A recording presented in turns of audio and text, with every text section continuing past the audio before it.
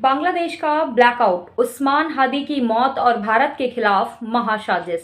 क्या मोहम्मद यूनुस के हाथ से निकल चुका है कंट्रोल? क्या बांग्लादेश बनेगा दूसरा पाकिस्तान? चिकन नेक पर खतरा, उस्मान हादी का ग्रेटर बांग्लादेश प्लान। कौन है उस्मान हादी? क्या दक्षिण एशिया का नक्शा बदलने वाला है? नमस्कार, दीपाली सिंह एक नई आवाज में आप सभी का बहुत बहुत स्वागत है। मैं दीपाली सिंह आज आपके साथ। जानना जरूरी है कि इस कड़ी में आज हम जानेंगे इन सभी सवालों के जवाब। अंत तक देखिए भारत बांग्लादेश संबंधों का पूरा विश्लेषण। 23 दिसंबर 2025 की तारीख इतिहास में दर्ज हो गई है, क्योंकि भारत और बांग्लादेश के रिश्ते उस मोड़ पर जाकर ब्लैकआउट हो गए हैं जहां से वापसी नामुमकिन लग रही है। एक तरफ इंकलाब मंच के फायर ब्रांड नेता शरीफ उस्मान हादी की हत्या ने ढाका को दंगों की आग में झोंक दिया है, तो दूसरी तरफ भारत ने अपनी वीजा सेवाएं बंद कर दी हैं। क्या बांग्लादेश नया पाकिस्तान बनने की राह पर है? क्या चिकन नेक को काटने की कोई अंतर्राष्ट्रीय साजिश रची जा रही है? आज की इस स्पेशल रिपोर्ट में हम करेंगे वो विश्लेषण जो आपको किसी और चैनल पर नहीं मिलेगा। अगर आपने अभी तक चैनल को सब्सक्राइब नहीं किया है तो कर लीजिए, ऐसी ही अन्य जानकारियों के लिए। कौन था उस्मान हादी? कैसे हुआ इंकलाब मंच का उदय? सबसे पहले समझिए कि यह उस्मान हादी कौन था जिसकी मौत ने पूरे देश को हिला दिया। 32 साल का हादी इंकलाब मंच का चेहरा था, एक ऐसा संगठन जो 2024 के छात्र आंदोलन की कोख से पैदा हुआ था। इसका असली मकसद था भारत विरोध। हादी ने हाल ही में ग्रेटर बांग्लादेश का एक विवादित नक्शा शेयर किया था, जिसमें भारत के पूर्वोत्तर राज्यों यानी 7 सिस्टर्स को हड़पने की बात थी। 12 दिसंबर को ढाका में उसे गोली मारी गई और सिंगापुर में इलाज के दौरान उसकी मौत हो गई। मोहम्मद यूनुस ने उसे शहीद और नेशनल हीरो का दर्जा देकर राष्ट्र कवि नजरुल इस्लाम की मजार के पास दफनाया। यह केवल अंतिम संस्कार नहीं था, बल्कि एक भारत विरोधी विचारधारा को सरकारी मान्यता देने की कोशिश थी। डिप्लोमेटिक वॉर और प्रोपेगेंडा। हादी की मौत के बाद एक खतरनाक अफवाह फैल गई कि हत्यारे भारत भाग गए हैं। इसके बाद ढाका और चटगांव में भारतीय मिशनों पर पथराव हुआ। भारत ने सुरक्षा चिंताओं को लेकर वीजा सेवाएं बंद की, तो बदले में बांग्लादेश ने भी अपना कड़ा रुख अपनाया। वहीं मेमन सिंह में एक हिंदू युवक दीपू चंद्र दास की भीड़ द्वारा की गई बर्बर हत्या ने आग में घी डालने का काम किया। भारत ने इसे अल्पसंख्यकों पर अत्याचार कहा, जबकि बांग्लादेशी विदेश मंत्रालय ने इसे भारत का भ्रामक प्रोपेगेंडा बताकर खारिज कर दिया। यहां तक कि जर्मनी ने हादी की मौत पर अपना झंडा झुका दिया, जिस पर पूर्व विदेश सचिव कमल सिब्बल ने सवाल उठाया है। क्या इसमें पश्चिम की कोई चाल है? हसीना काल बनाम यूनुस काल। आइए समझते हैं कि शेख हसीना के जाने के बाद क्या क्या बदल गया। ये समझना बहुत जरूरी है कि आखिर अगस्त 2024 के बाद ऐसा क्या हुआ कि 50 साल की दोस्ती अचानक दुश्मनी में बदल गई। चलिए एक तुलनात्मक नजरिए से देखते हैं कि शेख हसीना के स्वर्ण युग और मोहम्मद यूनुस के अविश्वास के दौर में क्या फर्क है। रणनीतिक सुरक्षा यानी स्ट्रेटेजिक सिक्योरिटी के लिए हसीना काल में शेख हसीना के 15 सालों के शासन में भारत की सुरक्षा को लेकर एक गहरी समझ थी। हसीना सरकार ने बांग्लादेश की धरती से भारतीय उग्रवादी संगठनों का सफाया कर दिया था। भारत को अपनी पूर्वी सीमा पर कोई डर नहीं था।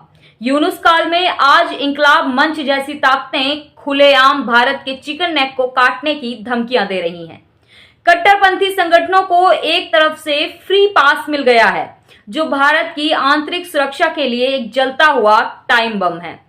कूटनीतिक संवाद यानी डिप्लोमेटिक डायलॉग को लेकर हसीना काल में दिल्ली और ढाका के बीच सीधा और भरोसेमंद संवाद था। हर मसले का हल मेज पर बैठ कर निकलता था। 2015 का ऐतिहासिक लैंड बाउंड्री एग्रीमेंट इसका सबसे बड़ा उदाहरण है। वहीं यूनुस काल में आज बातचीत की जगह तलब यानी सम्मन करने और आरोपों ने ले ली है। मोहम्मद यूनुस खुद भारत विरोधी नेताओं के जनाजे में शामिल हो रहे हैं, जिससे साफ संदेश जा रहा है कि ढाका अब दिल्ली की दोस्ती से ज्यादा कट्टरपंथियों के समर्थन की परवाह कर रहा है। अल्पसंख्यकों की स्थिति यानी माइनॉरिटी राइट्स के आधार पर हसीना काल में भी चुनौतियां थी, लेकिन सरकार का रुख स्पष्ट था। सांप्रदायिक ताकतों पर लगाम थी। अल्पसंख्यकों को प्रशासन में उचित जगह मिलती थी। वहीं यूनुस काल में वर्तमान में स्थिति भयावह है। हिंदू युवक दीपू चंद्र दास की लीचिंग और आइस्कॉन जैसे संगठनों पर प्रतिबंध की मांग, ये सब भीड़ तंत्र का एक हिस्सा बन चुके हैं। यूनुस सरकार या तो इन्हें रोकने में अक्षम है या जानबूझकर मौन साधे हुए हैं। ट्रेड एंड इकोनॉमी को लेकर हसीना काल में बांग्लादेश भारत का सबसे बड़ा दक्षिण एशियाई व्यापारिक भागीदार बना। रेल, बस और जलमार्ग से कनेक्टिविटी ऐसी थी कि सीमाएं केवल नाम की रह गई थी। वहीं यूनुस काल में आज कनेक्टिविटी की जगह इंडिया आउट कैंपेन ने ले ली है।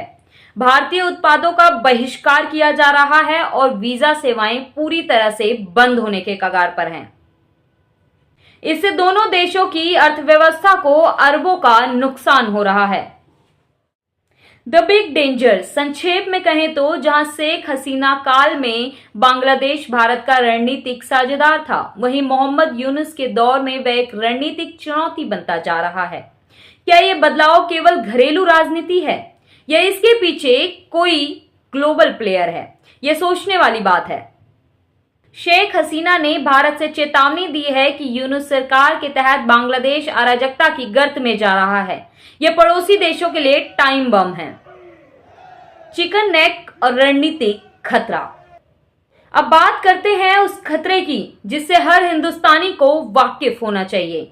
सिलीगुड़ी कॉरिडोर, जिसे चिकन नेक कहते हैं, मात्र 22 किलोमीटर चौड़ा है। उस्मान हादी जैसे कट्टरपंथियों का उद्देश्य इसी नस को काटना था। असम के सीएम हिमंत बिस्वा शर्मा ने साफ कर दिया है। अगर हमारी चिकन नेक पर नजर डाली तो याद रखें कि बांग्लादेश के पास दो कमजोर गर्दनें रंगपुर और चटगांव हैं। भारत अब सीमा पर स्मार्ट फेंसिंग और सैन्य निगरानी को युद्ध स्तर पर बढ़ा रहा है। चीन और पाकिस्तान की आईएसआई अस्थिरता का फायदा उठाकर पूर्वोत्तर में उग्रवाद भड़का सकती है। आखिर क्या होगा अंजाम?